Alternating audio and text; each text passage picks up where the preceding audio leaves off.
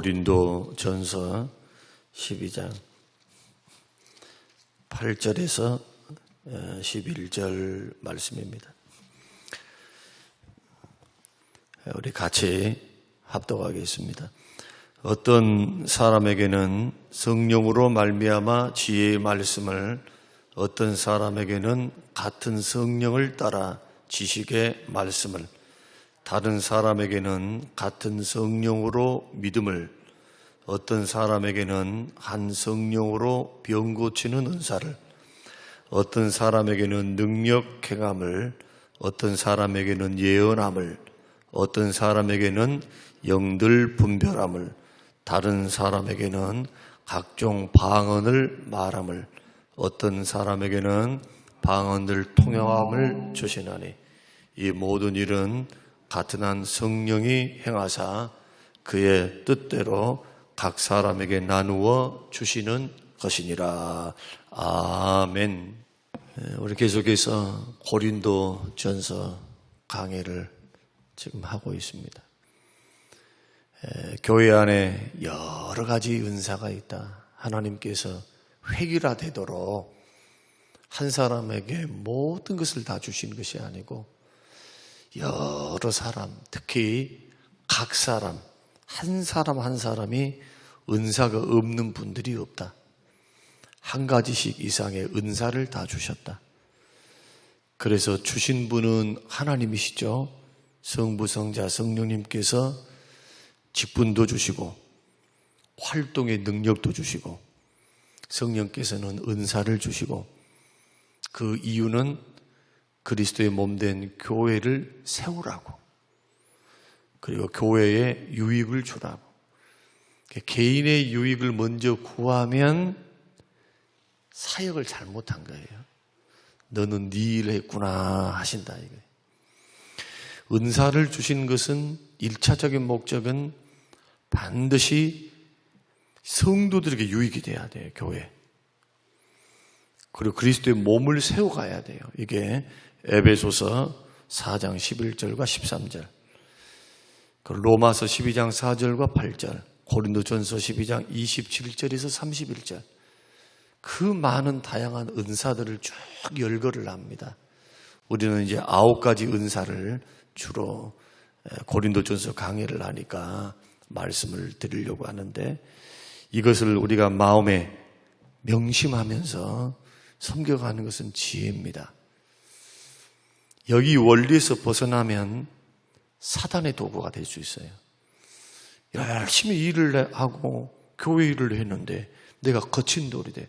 어떻게 하면 거친 돌이 된답니까?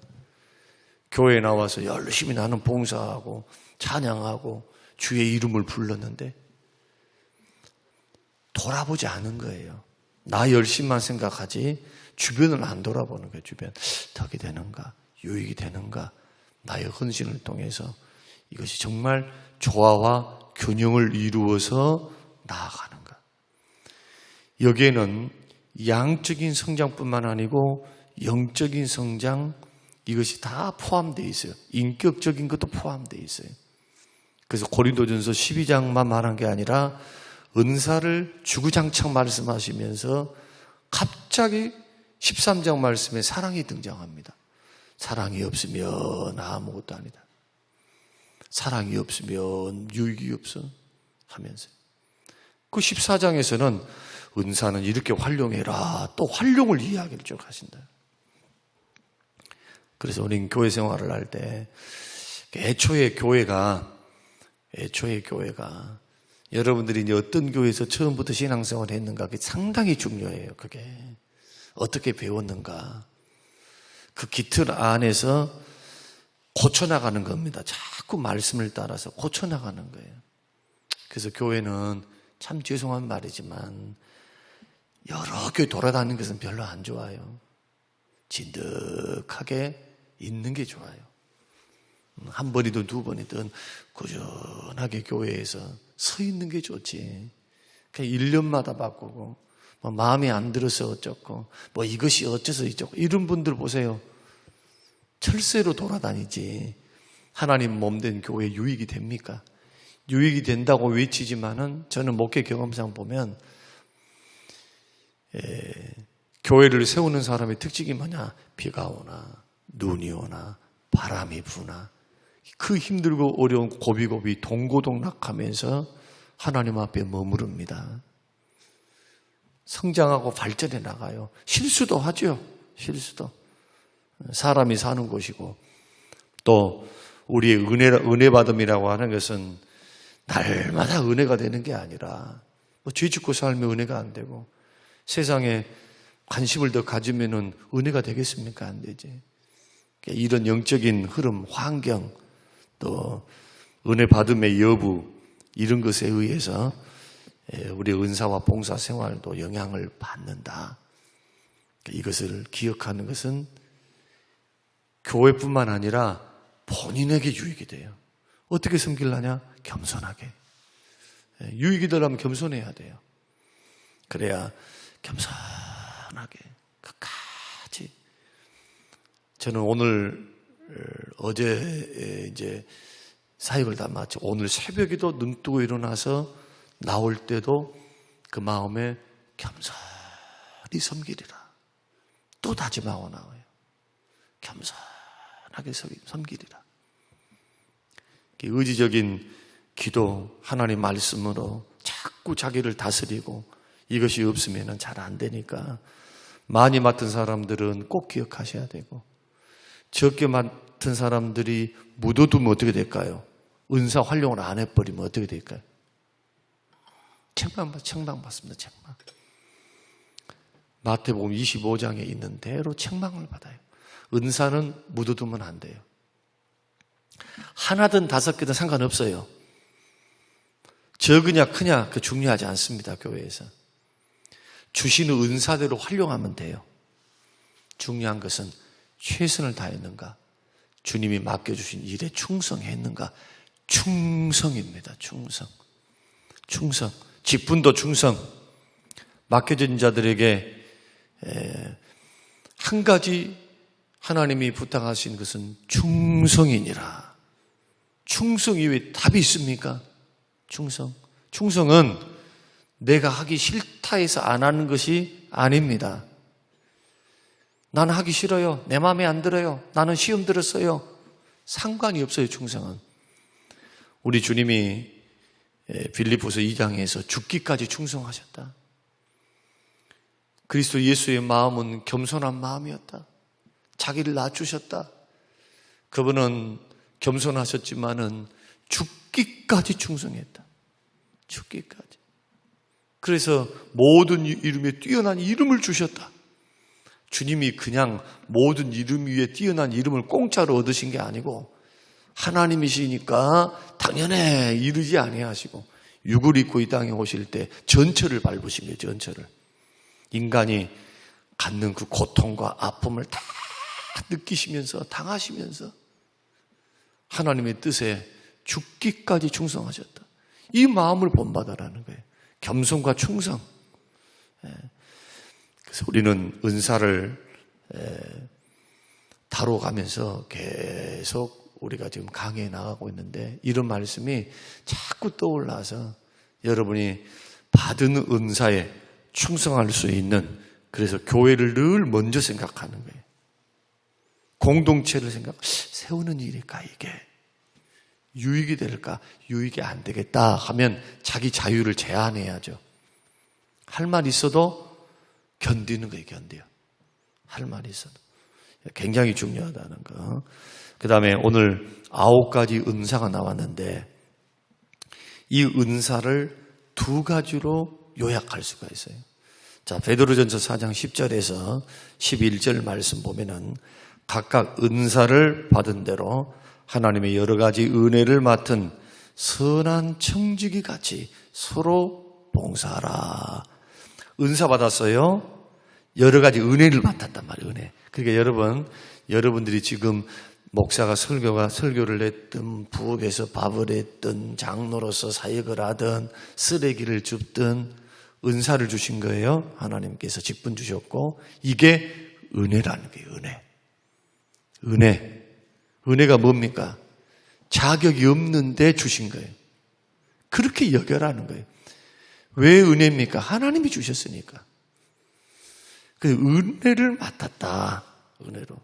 그리고 교회에 섬기는 사역이 은혜다. 은혜로 여겨야지. 나는 혼자 열심히 나는 일하는데 남이 안 도와줘. 이러면서 불평원망하고. 오히려 그 시간에 어떻게 해야 되느냐. 기도해야 돼요. 주여 예비된 영혼 보내주세요.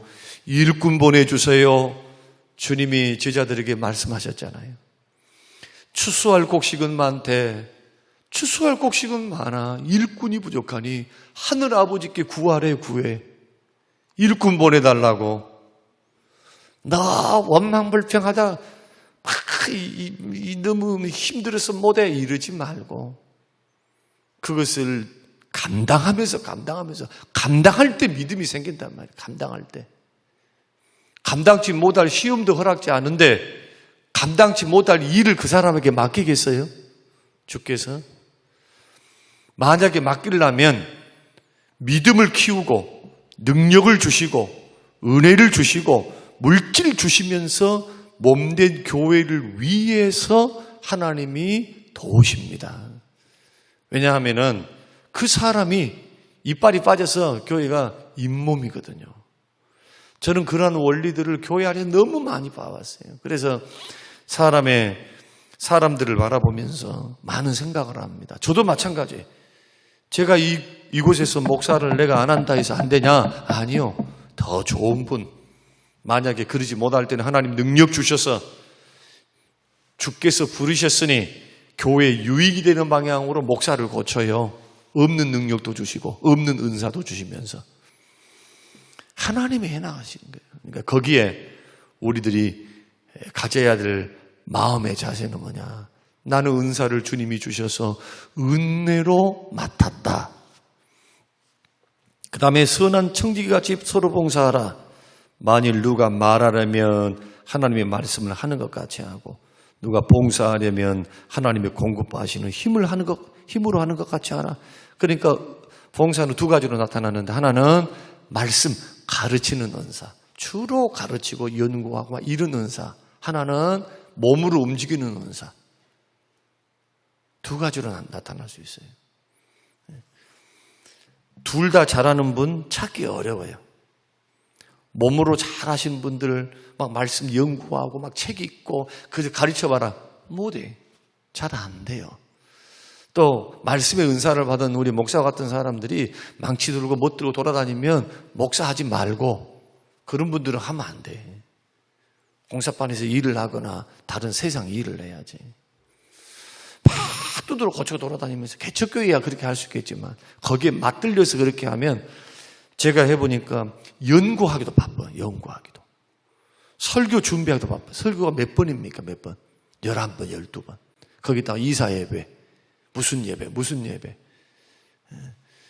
곰곰이 생각해보면 막 바깥일에 막 움직이고 막 돌아다니는 어떻게 목회를 하지?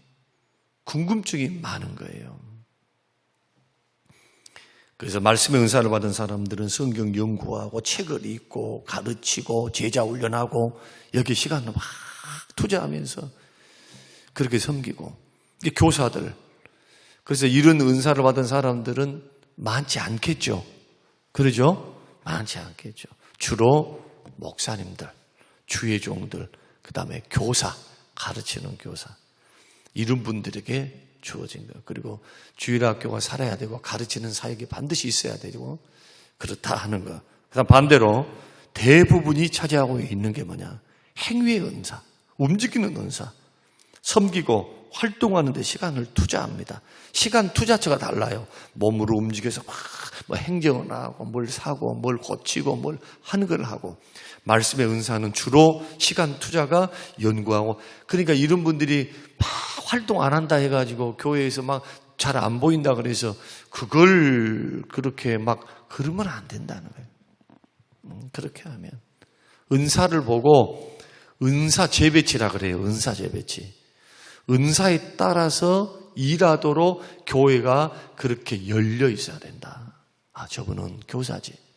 그리고 그 은사를 주의 종들은 순장들 교육을 시키고 교사들 교육을 시켜서 더 갈고 닦아서 그 은사가 활용이 잘 되도록 하는 것은 이제 목사들의 그러한 이제 사명이 됩니다. 그래서 가르치기를 잘해야 돼요. 제자 훈련 9월 달부터 광고에서 그 일들이 이제 일어날 줄로 압니다만은, 그래서 이 두 가지 은사를 다 잘하는 분들은 드물다. 두 가지 다 잘하면 어떻게 될까요? 말씀도 잘 가르치고 잘하고 연구도 하고 책도 읽고 그다음에 몸으로 움직이는 것도 하면 어떨까요? 가정이 소홀해지겠죠. 가정이. 뭔가를 희생을 해야 돼. 또 이런 분들이 있긴 있어요. 있긴 있어. 그러나 제가 볼 때는 많지가 않다는 거예요. 두 가지를 다 잘하는 것은. 만약에 두 가지가 다 있다 하신 분들이 시골에 가서 목회를 하신 분들이 있더라고. 시골에 가면 다 누가 못 해주니까 목사님이 해야 돼. 손재주가 아주 좋아. 이런 분들은요. 그냥 가르치기만 하는 게 아니라 가서 막 고쳐주는 일을 막 해요. 농사도 도와주고 기계도 고쳐주고, 또 그러면 그런 대로 그것은 적시적소의 은사가 되니까. 또 선교사님들 보면은 또 그런 은사가 있으신 분들이 있어요. 그게 잘못됐다는 게 아니라 교회 유익이죠. 그 교회, 그 사역에 유익한 적시적소에 하나님이 쓰신다는 것을 말씀드리는 거예요. 그러면 나의 은사는 뭐냐? 주로 몸으로 하는 것이다 하면 벌써 드러나는 것이죠. 그러면 이제 9가지 은사 중에서 지혜와 지식의 은사를 잠깐 말씀을 드리고 우리 이제 기도하려고 하는데, 자, 지혜와 지식의 은사에 공통점이 있습니다. 3가지가 공통점인데, 첫째는 성령으로 말미암아 성령을 따라 그러죠. 8절 성령으로 말미암아 지식, 지혜, 성령을 따라 지식. 그러니까 이 말씀의 지혜와 지식의 은사는 뭐냐? 공통점이 성령의 조명하심, 성령의 깨닫게 하시는 은혜를 통해서 하시는 사역이라는 거예요. 그러니까 목사가 늘 기도하면서 연구한 것만 가지고, 연구하는 것 가지고 막 책상에서 했던 것만 가지고 이 자리에 딱 나오면은 벌써 보여버려. 느껴져요. 설교사역은 성령의 능력이 최후의 성령의 능력에 의지해서 하는 사역이 돼야 돼요. 가르치는 사역은. 그래 우리 설교학에서 우리는 배우는데, 연구를 많이 했다 할지라도 강단에 딱 올라오는 순간부터는 원고를 의지하는 게 아니고 성령님 의지하셔야 돼요. 부목사님 잘 들으셔야 돼요. 원고에 막 급급해가지고 하긴 해야죠. 그러나 말씀하시는 성령, 감동 주시는 성령, 충분한 뭐가 필요할까요? 기도. 그래 교사로 이렇게 섬김을 받았으면 충분히 그 공과를 하면서도 그 말씀을 붙들고 기도해야 돼요. 말씀을 붙들고 오늘 묵상하면서 그 말씀이, 우리 같은 사람들은 아침에 준비를 하고 그 다음날 설교를 하거든요. 그리고 그 말씀이 하루 동안에 계속 뱅뱅뱅뱅뱅뱅, 저녁에 또 묵상하니까 뱅뱅, 꿈에서도 말씀이 나와요. 꿈에서도. 그러니까 안 봐도 설교를 이렇게 쳐다보지 않아도 그래서 얼굴을 다 쳐다보고 하는 거예요. 무슨 다 외워서 하는 게 아니고. 처음에는 좀 외웠지만 굉장히 중요합니다. 성령의 역사다는 거예요. 역사. 또 두 번째는 다른 점이 뭐냐? 두 은사의 성격은, 지혜의 은사는 적용하는 은사, 적용 실천해요. 저분 참 지혜롭구나. 말씀을 들으면 그것이 적용이 돼, 나에게. 지식의 은사는 배우는 거예요. 배우는 거. 연구하고 읽고 막 하는 거, 깨닫는 거. 지혜의 은사는 깨달아진 말씀, 읽었던 말씀, 연구했던 말씀이 적용 실천되는 거. 삶 속에 적시적소에 막 적용이 잘 돼요. 적용이. 그러면 이제 이럴 수가 있어요. 여러분 가운데는 봉사하는 분들이 있는데, 여러분 수준에서 이제 내가 설명드리면, 나는 말씀은 막 책을 읽고 연구하는 건 너무 어려운데, 나는 목사님 설교만 들으면 잘 깨달아져. 잘 깨달아지고 내가 어떻게 적용을 해야 하는가, 이때는 어떻게 해서 어떻게 해야 되겠구나 라는 것이 나는 밝히 그 줄기를 딱 잡는다. 설교를 들으면 그 여러분들은 지혜의 은사를 받은 그런 분들이다 이렇게 생각해도 무방해요. 그러나 아무리 설교를 해도 티미하신 분이 있단 말이에요. 티미해. 티미하단 말이 뭐예요? 아무리 말해줘봤자 그냥 그래 그냥 소위 말해서. 그래서 하나님 앞에 구할 때 은사라고 하는 것, 특히 제가 생각할 때는 성도님들도 지혜의 은사는 있었으면 좋겠다 싶어요. 왜냐하면 들었던 말씀, 읽었던 말씀이 적용해서 실천돼야 되는데, 하나님 말씀이 적용해서 실천되지 않으면 말씀은 유익이 없어요. 나는 알았습니다 하는 게 도대체 알았습니다, 무슨 변화가 일어납니까? 성경대로 말한다면. 남들보다 많이 배웠습니다, 알았다는 게 뭔 소용이 있어요? 실천하지 않는데. 야고보서 말씀뿐만 아니라 청종, 구약이 너 복 받으려면 청종해. 청종하면 하나님께서 복을 주시는데, 청종이 뭡니까? 듣고 깨닫고 순종하라.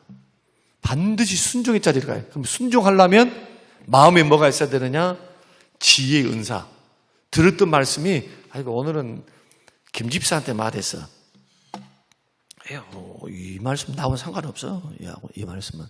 이런 사람이 마음에 막 감동받아서 이 말씀을 딱 새겨져서 붙들어서 나는 그 말씀이 새겨지면은 감동을 받고 성령이 깨닫게 하시면은 그 다음에는 그 말씀이 떠나질 않아요. 그 말씀이 자꾸 삶 속에서 막 생각나. 그러니까 도전되어서 실천의 자리로 가는 거예요. 생각을 고치든 마음을 고치든 행동을 고치든 양당간에 그런 일이 일어나요. 마음에서부터, 들을 때부터 마음속에 벌써 뭐가 일어납니까? 은혜의 역사. 그러나 이것이 강한 사람이 있고 적은 사람이 있다는 거예요. 여러분 구하세요. 기도. 하나님 이런 은혜 주시라고. 적시적소에 실천할 수 있는 은혜 달라고. 이것은 목사님들만 받지 말고, 목사님들은 연구 좋아해야 되고 책 좋아해야 돼. 연구 좋아하지 않고 책 안 좋아하면 목회 해봐봐요. 되는가? 성경만 냅다 파고 있으면 된 줄 알지만 그래 안 해요. 그래 안 해. 그러니까 이런 부분들을 생각하시면서 나는 어떤 은사인가? 몸으로 움직이는 은사. 이제 목록을 쫙 제가 이제 2, 3일 정도 하면서 목록을 19가지인가 되는데 쫙 한번 읽어드리고, 이번에는 9가지 은사에 대한 개략적인 설명만 좀 드리면서 저와 여러분이 도전되기를 바랍니다. 오늘 기도의 제목은 여러분의 은사를 발견하라. 그리고 하나는 지혜, 깨닫는 은혜를 더해달라는 기도는 날마다 하시라. 그러면 성령께서 그 기도를 들으시고 은사를 주시겠잖아요. 은사를. 주님이 뜻대로 주시니까. 그럴 때 은혜로워져요. 또 한 가지 마지막으로 말씀드리면, 신앙생활은 아무리 봉사를 잘했네, 뭘 잘했네, 죄송하지만 은혜 못 받으면 꽝이에요, 꽝. 은혜 못 받으면 은사가 지속이 안 돼요, 지속이. 그래서 말씀이 자꾸 들려야 돼요. 찬양만 가지고 안 돼요. 하나님 말씀이 자꾸 들려야 돼요, 들려. 이 귀의 문이 열릴 때까지 너무나 오랜 시간이 걸린 분들이 있고, 열려 있는 분들은 변화가 일어나요. 막 변화가, 능력이 나타나고. 그래서 꼭 이 부분, 말씀의 은사, 그 가운데서 지혜, 이것을 여러분 구하시면서 기도하시는 새벽이 되시기를 주님의 이름으로 축원합니다. 고마우신 하나님 감사합니다. 우리의 생명과 영혼을 살리시려고 우리를 인도해 가신 하나님, 오늘 은사 맡은 대로 충성하게 하시고 나의 유익보다 교회의 유익을 먼저 생각하게 하셔서 은사 주신 하나님의 뜻, 목적 안에 섬기고 활동하도록 축복하옵소서. 이러할 때 많은 것을 맡기시고 적은 에 충성했으니 많은 것을 너에게 맡기리라. 너는 5달란트 감당했으니 5달란트의 축복을 받아 누리라. 잘했다. 착하고 충성된 종아. 창세 전에 내가 영광 가운데 거하려고 만들었던 영광의 나라에서 함께 영광을 누리며 살자. 우리 주의 놀라운 축복, 이 땅에서 해주시는 그 놀라운 은혜를 누리며 걸어가는 인생이 되게 하옵소서. 감사드리며 예수님 이름으로 기도합니다. 아멘.